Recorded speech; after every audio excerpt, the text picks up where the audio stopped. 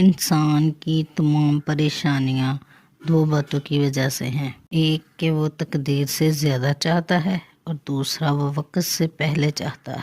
ہر جیتا انسان زندہ نہیں ہوتا، ہر ہنستا انسان خوش بھی نہیں ہوتا۔ زندگی عجب رنگ رکھتی ہے، کبھی بے رنگ ہو کر تکلیف دیتی ہے اور کسی کو زیادہ رنگین ہو کر تکلیف دیتی ہے۔ کپڑوں، جوتوں اور بناؤ سنگار سے زیادہ اپنے مطالعہ، شعور اور گفتگو پر کام کریں۔ کوئی بھی 10 سیکنڈ آپ کے بناؤ سنگار سے متاثر ہو سکتا ہے، لیکن اس کے بعد آپ کو گفتگو ہی کرنی ہوتی ہے۔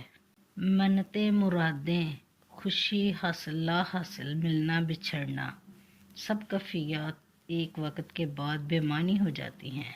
دنیا کی محبت میں گرفتار شخص 3 باتوں میں ضرور مبتلا رہے گا: ہمیشہ کا غم، ہمیشہ کی تھکن اور دائمی حسرت۔ جو شخص اکیلا رہنے کا ہنر جان لیتا ہے وہ کسی کا محتاج نہیں رہتا، اور جو محتاج نہیں ہوتا وہی آزاد ہوتا ہے۔ کسی ایسے کے ساتھ رہو جو تمہارے ساتھ ہونے پر خدا کا شکر ادا کرے۔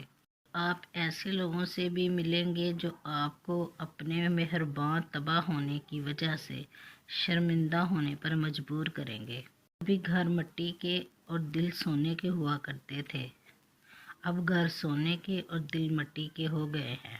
بدقسمتی سے ہم اس معاشرے کا حصہ ہیں جہاں باشعور انسان کی زندگی بہت مشکل اور بے شعور انسان کی زندگی بے حد آسان ہوتی ہے۔ انسان کے پاس اگر 3 چیزیں رزق، عزت اور صحت ہو اور وہ پھر بھی غم زدہ اور ہمدردی طلب کرتا ہو تو وہ یقیناً ناشکرا انسان ہے۔ اتنے چپڑے الفاظ پر یقین نہ کریں، حالات کے لبوں سے نکلتی حقیقت پر کان دھریں۔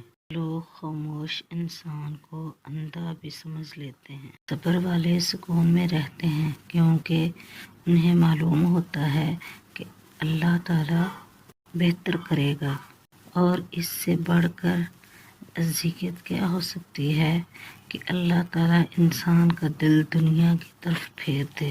اچھے لوگوں کا آپ کی زندگی میں آنا آپ کی قسمت ہوتی ہے اور انہیں سنبھال کر رکھنا آپ کا ہنر۔ اپنے دل کو اللہ تعالیٰ کے سوا ہر چیز سے خالص کر اپنی زندگی میں تو آپ ایک دن کا بھی اضافہ نہیں کر سکتے، اپنے دنوں میں زندگی کا اضافہ ضرور کر سکتے ہیں۔ وقت تو من چاہا بھی نہیں رکتا، ان چاہا کیسے رک جائے گا۔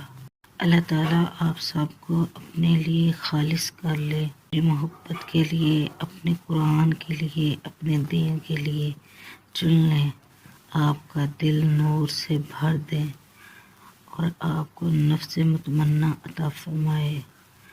آمین ثم آمین یا رب العالمین۔